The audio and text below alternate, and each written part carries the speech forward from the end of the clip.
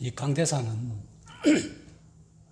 은사 있고 하나님으로부터 신령한 재능 있는 지체들이 와서 말씀을 봐야 우리 듣는 형제 자매님들에게 은혜가 되고 또한 기쁨이 됩니다. 저같이 별로 말주변이 없고 좀 말이 강하게 나가는 사람은 자주 서면 안 돼요.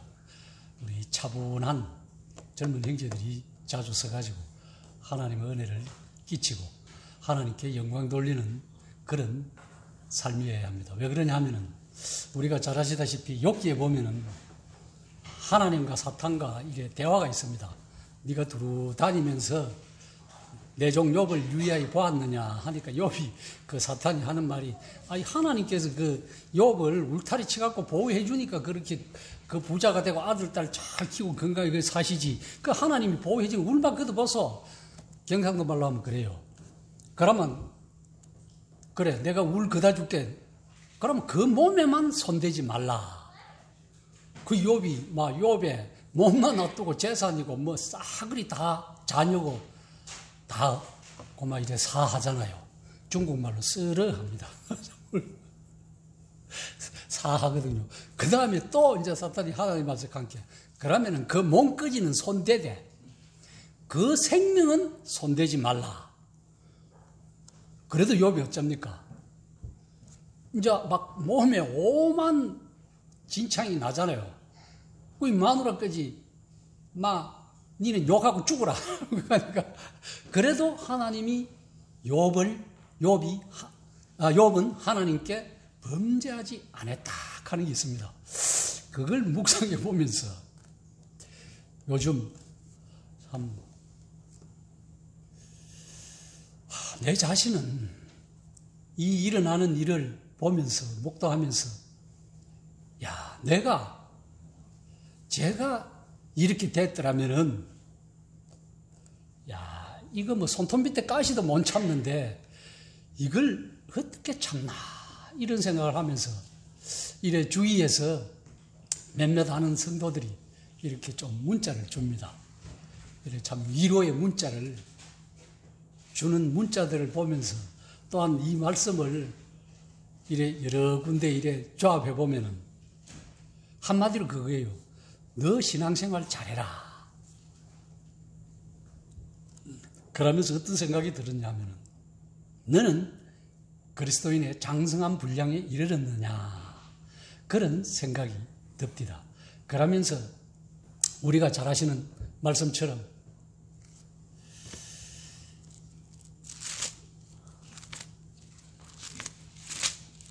고린도전서 15장에 보면은 이런 말씀이 있습니다. 사도 바울에 대해서 잠깐 말씀을 드리겠습니다.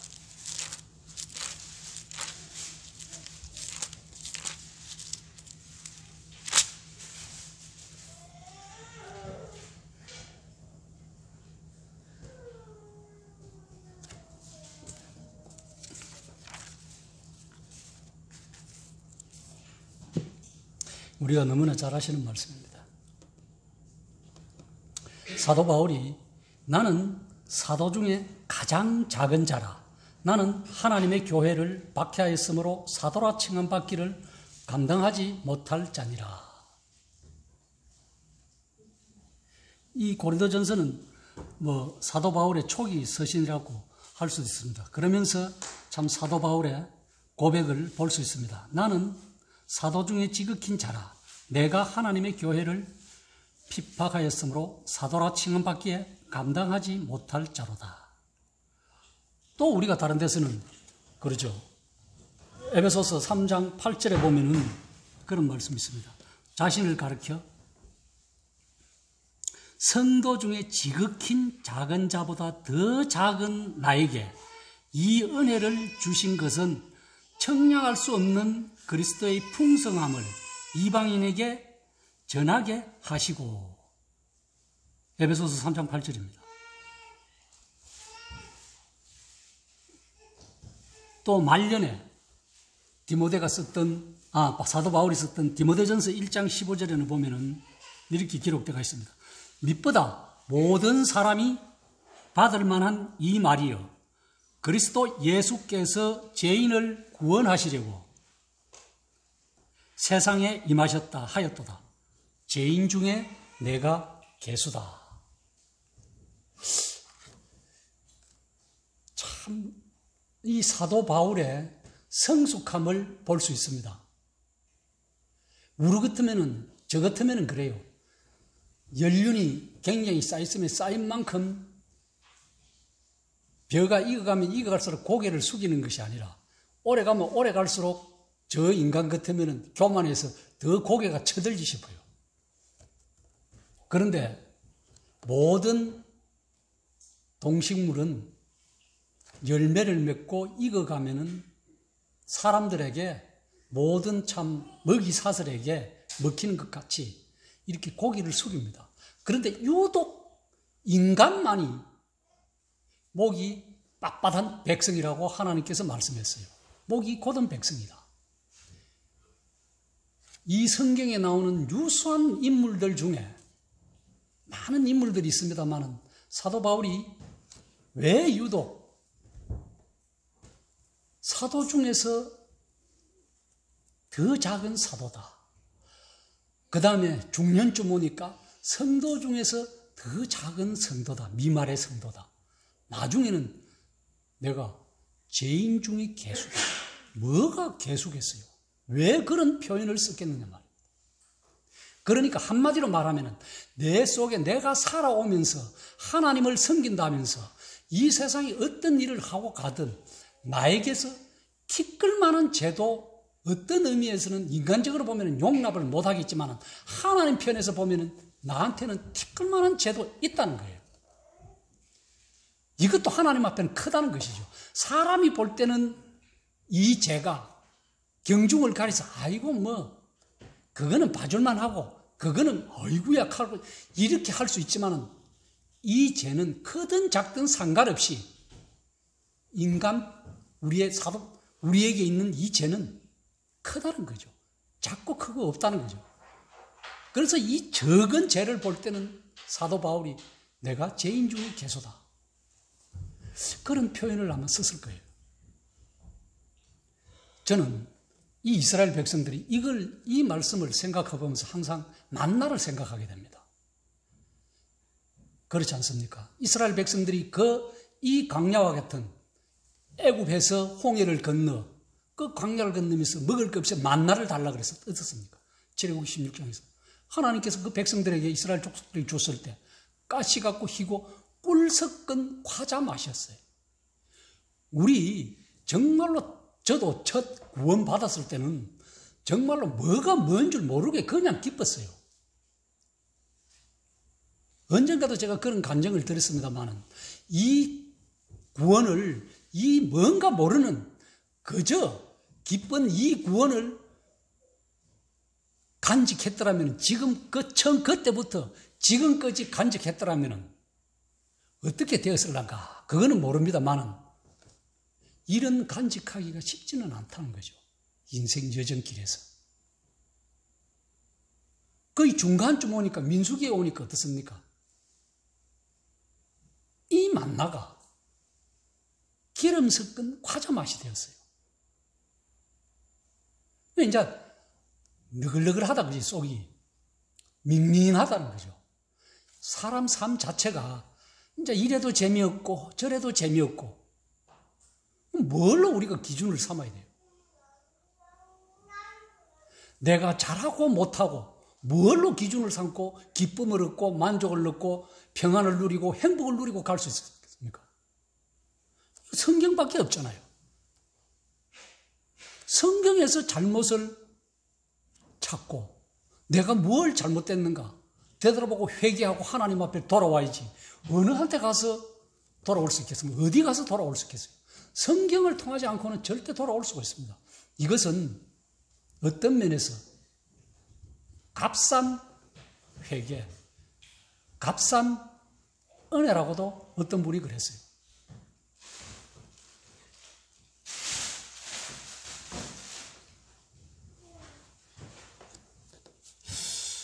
그래서 저는 우리의 삶이 지금 그나마 기름 섞은 좀 닝닝하면 그나마 괜찮습니다. 그나마 먹을만 해요. 음식이든. 그런데 세월이 가니까 우리 저번 주에 현웅 형제가 말씀 참 잘 봤어요. 정말로 아멘이에요. 납할 수도 되지만은 참 민수기 21장에 나오는 그 박한 식물, 하찮은 음식이 된 거예요.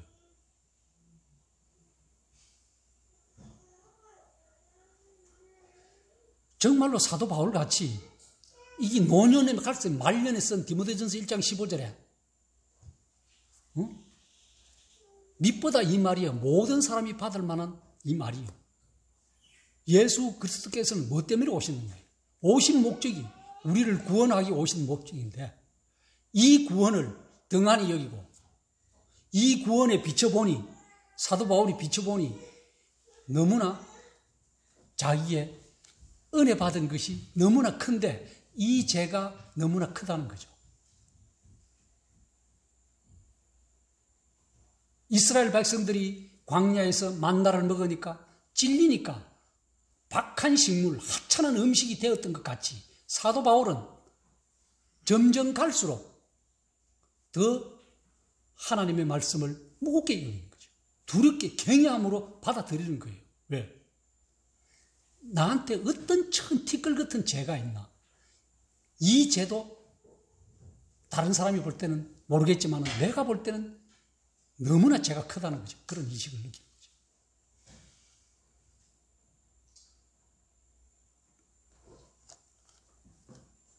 이것이 사도 바울의 진정한 고백입니다. 이것은 정말로 하나님의 능력이 사도 바울의 사역에 그렇게 강력했던 이유가 신약 성경 3분의 1을 썼던 그런 이유가 아니겠나 그런 생각을 해보게 됩니다. 그렇기 때문에 사도 바울은 능력 있는 삶을 이 땅에 살아가지 않았겠나 그런 한번 생각을 해보게 됩니다. 저는 또한 이 말씀을 보면서 이 말씀을 묵상하고 또한 다른 친구분들부터 권유를 받으면서 또한 지금 여기 계신 분 중에서도 저한테 어떤 말씀을 했어요. 굳게 지키라. 아멘이었습니다. 자리만 굳게 지키라. 참 아멘이었어요. 정말로 참 그 말씀에 저는 얼마나 위로가 됐는지 모릅니다. 형님 자리 굳게 지키고 있으면 돼. 저는 참 저는 막 모골이 송연할 정도로 그렇게 됐어요. 참 하나님 앞에 우리가 살아가면서 참 더할 수 없이 여러 가지 어려움을 당합니다. 누구나 이 세상을 살아가면서 좋은 일, 기쁜 일, 슬픈 일, 환난, 시련 말할 수 없는 거 다 당하지만은 정말로 내가 하나님 앞에 어떤 자세로 어떤 자리에 서 있는가 이것이 굉장히 중요한 것 같아요. 내 자리가 까딱 잘못 서 있었으면은 나도 모르게 따라가게 돼가 있다고요. 불구덩이에 들어가는 거예요. 그 가는 사람은 불구덩이에 안 간다고 그래요.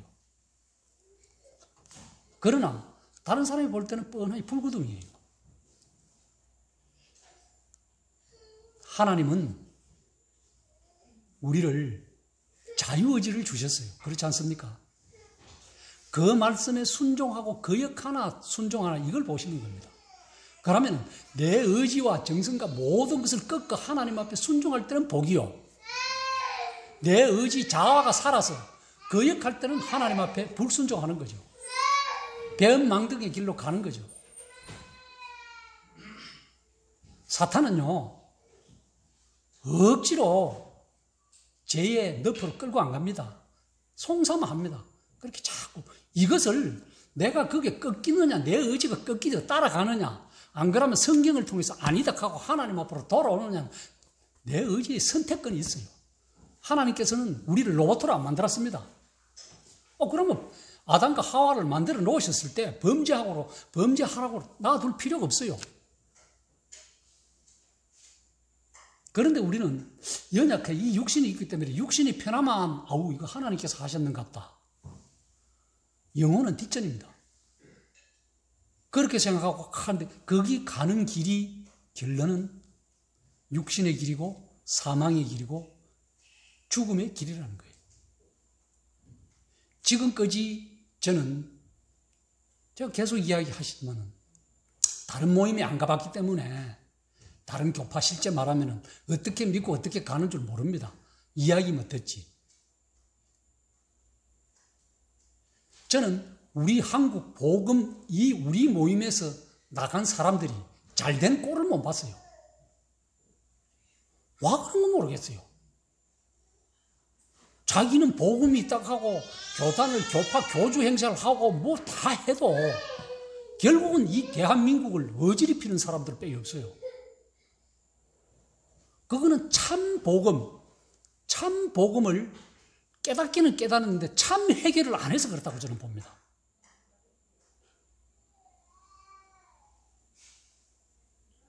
그러니까 1인 목회에 1인 교주가 되는 거예요.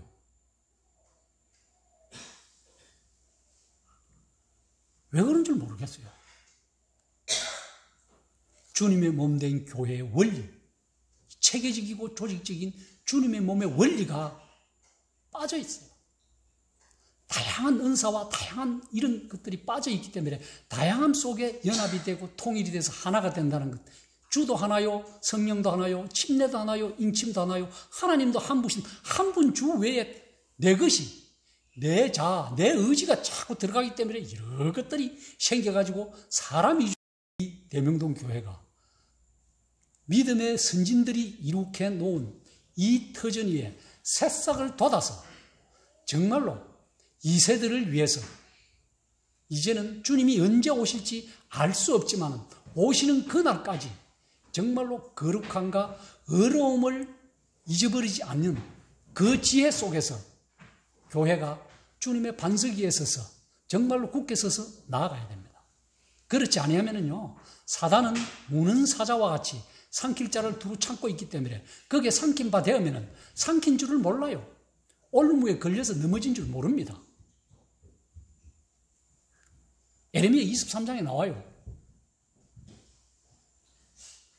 거짓 선지자, 거짓 예언하는 자들은 어떻게 되는지.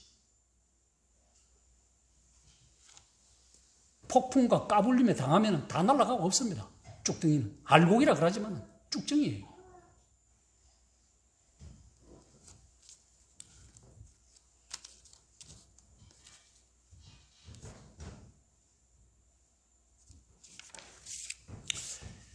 참 요한복음 6장 63절에 보면은 그런 말씀이 있습니다. 살리는 것은 영이니 육은 무익하니라. 내가 이런 말이 너희에게 영이요 생명이라고 말씀했었어요. 저는 이 말씀을 참 좋아합니다. 그 다음에 제가 좋아하는 구절 중에 하나가 또한 갈라디아서 2장 20절. 내 속에 그리스도께서 사는 것. 자기 아들을 버리신 그 사랑을 인해서 내가 사는 것. 우리 예배 찬송가에도 있습니다. 성경은 생명이다. 하나님의 말씀은 하나님의 영감으로 되었기 때문에 그렇습니다. 영감이 무엇인가? 하나님의 입기입니다. 하나님의 말씀을 읽으면 하나님의 숨결을 느낄 수 있으며 하나님의 호흡, 하나님의 생명이 느껴질 때까지 읽고 들어야 됩니다. 이렇게 하지 않으면요, 우리는 주위에서 바람이 불면은 시 넘어지기가 쉽습니다. 참 어제하럽게 강원도 지역에 산불 난 것 봤지 않습니까? 겁납니다. 주위에 조금만 바람이 휘몰아치면은 우리 자신들은 감당 못하게 휘말리게 되어 있어요. 그러나 정말로 이 표대되는 이 말씀에 굳게 서 있으면 흔들리지 않습니다. 요동하는 물결과 같이 흔들리는 성도는 하나님 앞에 참 기이 쓰임을 받지 못할 것입니다.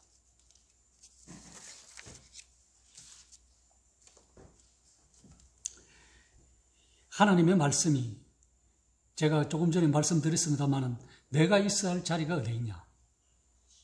하나님의 말씀이 내 속에 들어가면 어떤 일이 벌어지는가?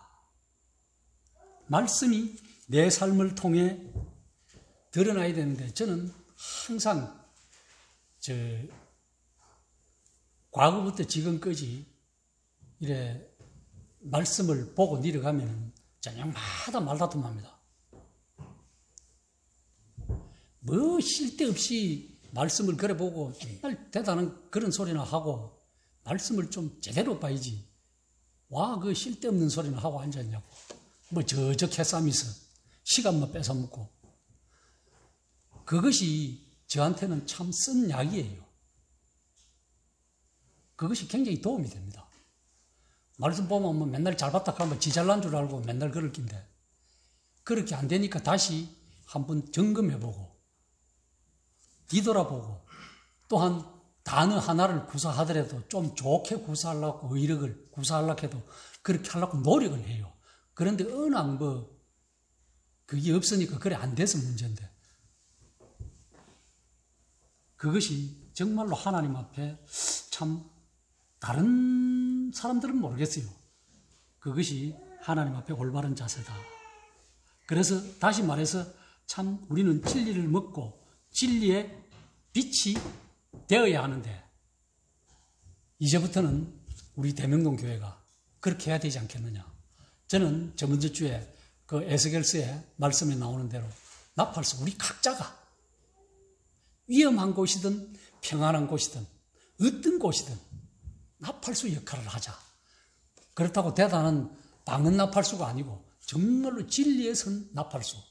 우리 현영기가 말씀 참 거의 감동이 됐어요. 정말로 이런 나팔부는 지체들이 되었으면 대명동 교회는 머지않아 우리 2세대들이 이 예배당을 꽉 차서 하나님의 사역을 우리가 하던 사역을 또 되돌아받고 되물려받고 그 믿음의 개성이 주님 오실 때까지 계속 이어지리라 저는 확신합니다. 성경을 모르는 세상 사람들은 하나님의 백성들의 삶을 통해서 하나님의 말씀의 능력을 체험할 수 있고 볼 수 있습니다. 무슨 말인가 하면 우리가 하나님 믿는 차수한 믿음 믿었다는 우리가 세상에 나가서 산 자체가 선해야 되지 우리가 똑같은 삶을 산다면은 그 믿지 않는 사람들이 우리를 보고 뭐 예수 그리스도를 믿는 사람으로서 인정하고 하나님이 교회에 오겠나 이 말이죠.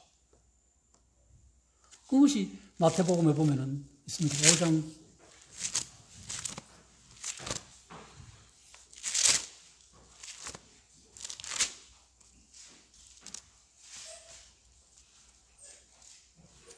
5장 14절에 보시면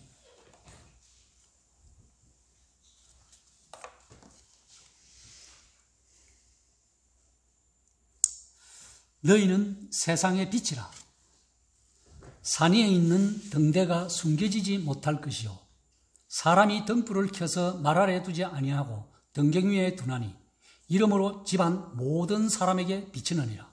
이같이 너희 빛이 사람 앞에 비치게 하여 그들로 너희 착한 행실을 보고 하늘에 계신 너희 아버지께 영광을 돌리게 하라. 이 땅에서 우리의 믿음은 하나님의 빛으로 증명되어야 합니다. 우리 자신들이 공정한 사람이 되고 객관적인 사람이 되고 하나님의 말씀을 붙들고 세상에서 죽을 수 있는 순교자가 되는 데까지 우리의 믿음이 확정해야 됩니다. 확실해야 됩니다. 진정한 믿음은 능력 있는 삶으로 세상 속에서 빛으로 드러날 겁니다. 어떤 사람이 이런 게 있어요. 성도는 하나님이 원하시는 자리에 하나님이 원하시는 모습으로 서 있어야 한다. 이 캠벨 몰간이라는 사람이 이야기를 하는데 이 사람이 뭐 좀 좋은 면도 있지만 좀 나쁜 면도 있긴 있습니다.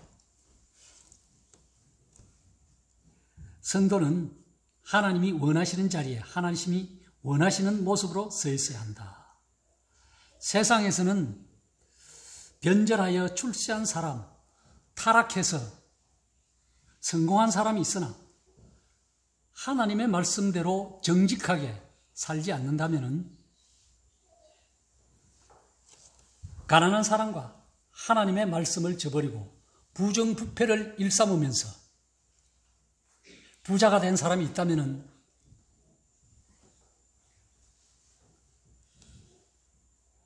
성도의 자리는 어디일까? 우리가 하나님의 말씀을 지키면서 가난한 자로 살아가는 자리, 거기가 우리의 성도들의 자리가 아닌가 저는 그렇게 생각해 봅니다. 그렇지 않을 수도 있습니다만 우리가 그런 자리에서 발견된다면 우리는 승리의 삶이 된다. 저는 그렇게 생각해요. 왜? 우리가 구원받은 그날이 새로운 삶의 출발점이잖아요. 그전에는 어떻게 살았든지. 그것이 에베소서 2장 1절에서부터 10절까지 내용입니다. 우리가 그전에는 불순종의 아들들, 우리의 허물 때문에 그렇게 불순종의 아들답게 세상 영에 쫓아 풍속대로, 이 세상 풍속대로 살았지만은 8, 9, 10절에 보면 너희가 그 은혜를 인하여 믿음으로 말미암아 구원을 얻었나니, 받았나니 이것이 너희에게서 난 것이 아니요 하나님의 선물이다. 행위에서 난 것이 아니니 이는 누구든지 자랑하지 못한다. 그래서 하나님께서 우리를 걸작품으로 만들었다. 그것이 그 내용.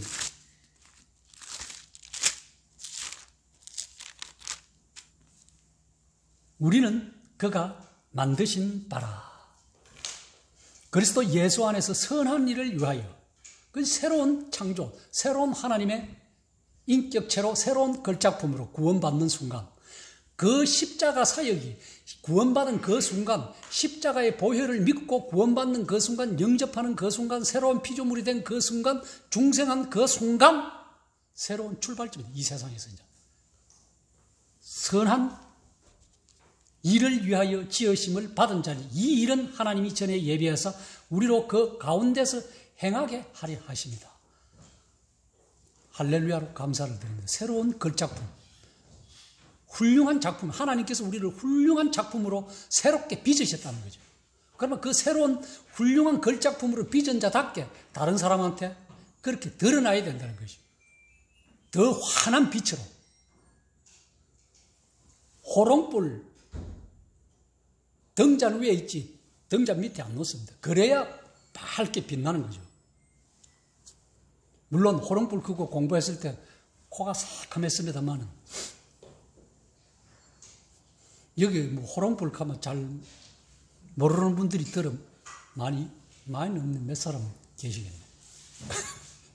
저도 호롱불 밑에서 공부했습니다. 중학교 때까지. 그래서 우리 주님은 우리에게 그런 이제는 구원받았으니 어떻게 살래? 한마디로 이거죠. 걸작품으로 살래? 안 그러면은 벨 볼 일 없는 패작으로 살래? 요즘 말하면 적폐로 살래? 그 소리 아니겠습니까? 이런 정말로 참 십자가에서 살아가는, 순종하는 그런 아름다운 우리의 삶이 되시기를 저는 바라는 마음이 있습니다. 에스겔서 33장 11절을 보고 읽고 말씀 마치겠습니다. 이 중국인 집회 때 가끔 이렇게 가다가 복음을 전할 때 이 말씀을 저는 많이 사용합니다.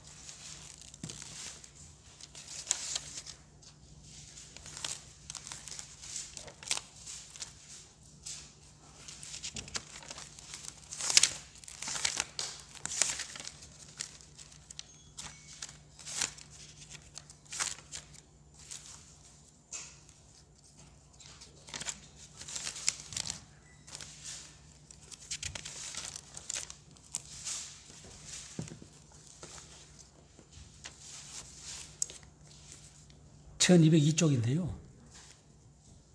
10절부터 제가 읽어드릴게요. 그런즉 인자야 너는 이스라엘 족속에게 이르기를 너희가 말하여 이르되 우리가 우리의 허물과 죄가 이미 우리에게 있어 우리로 그 가운데서 쇠퇴하게 하니 어찌 능히 살리오 하거니와 11절입니다. 너는 그들에게 말하라. 주 여호와의 말씀이니라. 나의 삶을 두고 맹세하노니 나는 악인이 죽는 것을 기뻐하지 아니하고 악인이 그의 길에서 돌이켜 떠나 사는 것을 기뻐하노라. 이스라엘 족속아 돌이키고 돌이키라.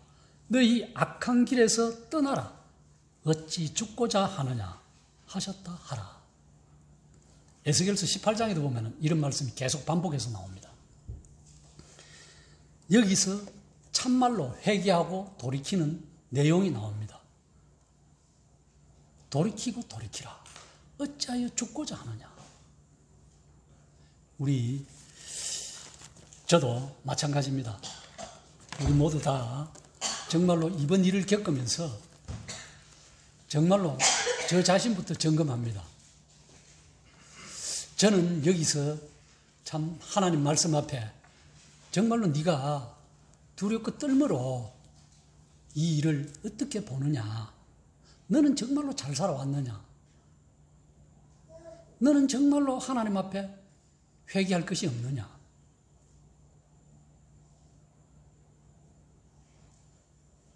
이게 왜 그러냐면 한 달 전에 어떤 형제가 카톡으로 이 말씀을 보내줬어요. 그 사도 바울의 그 디모데전서 1장 15절 말씀. 죄인 중에 개수다. 요 말만 딱 써가지고 그 장문의 글을 보내줬는데 묵상이 계속 그 전라도 지역에 있는 형제인데